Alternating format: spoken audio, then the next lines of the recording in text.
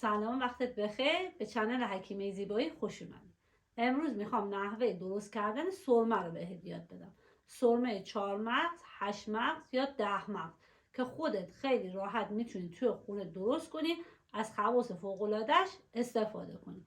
از قدیم خانم ها برای زیبایی چشمشون و خواص فوق‌العاده‌اش از سرمه استفاده میکردن که سرمه باعث تقویت بینایی میشه. نیاز به عینک نداری وقتی این سرمه رو استفاده کنی. همینطور از آب سیاه و آب مروارید هم جلوگیری میکنه. خشکی چشم رو هم برطرف میکنه چون اشک چشم رو زیاد میکنه. این زیاد شدن اشک چشم باعث رفع خلط پشت حلق هم میشه. در قدیم بچه ها وقتی به دنیا می اومدن روی قسمت ابروشون سرمه میکشیدن یا توی چشمشون سرمه میکشیدن برای تقویت ابروهاشون، اینکه ابروهاشون پرپشت بشه یا مژه‌هاشون پرپشت بشه که خواص فوق‌العاده‌ای هم برای بینایی داره. ولی خب جدیدن سرمه جای خودش رو داده به خط چشم که خانم ها برای زیباییشون از خط چشم استفاده میکنن که غیر از زیبایی هیچ خواص دیگه برای چشم نداره. حتی ممکنه وقتی از مواد نامرغوب استفاده بشه باعث ضرر زدن به بینایی یا چشمتون بشه. اگه میخوای مژه ابرو پرپشتی داشته باشی، سعی کن همیشه آخر شب ابروهاتو مژه‌هاتو با سرمه بکشی روشو. این موادی که توی این سرمه هست مواد طبیعیه و خونگی و دستسازه که خیلی راحت خودت میتونی درست کنی، از خواص فوق‌العاده‌اش برای تقویت ابرو و مژه‌هات استفاده کنی.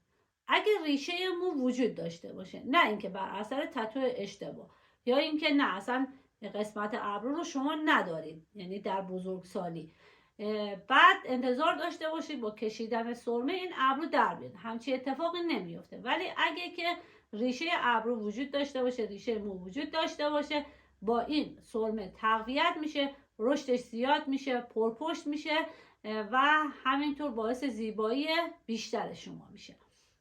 سرمه انواع مختلفی داره. اول سرمه اسمنت هست که از سنگ سرمه گرفته میشه، رنگش دودی شکله، زیر چشمتون هم نمیریزه. این سرمه خواص فوق‌العاده‌ای برای چشم داره، مخصوصا برای بینایی. سرمه که امروز میخوام بهتون یاد بدیم سرمه 4 مغز هست که از مغز بادام، پسته، فندق و گردو درست میشه. اگه میخوام خواصش بیشتر بشه میتونی مغز آفتابگردان، نارگیل و بادام زمینی هم بهش اضافه کنید که میشه سرمه 7 مغز و خواص فوق‌العاده‌ای برای بینایی و همینطور رفع خشکی چشم داره. برای درست کردن سرمه مغزیجات کافیه که یه سوزن بلند داشته باشید. یه دونه از مغزیجات رو به این سوزن وصلش میکنید و با فندک یا رو شعله گاز نگه میدارید تا این کاملا بسوزه.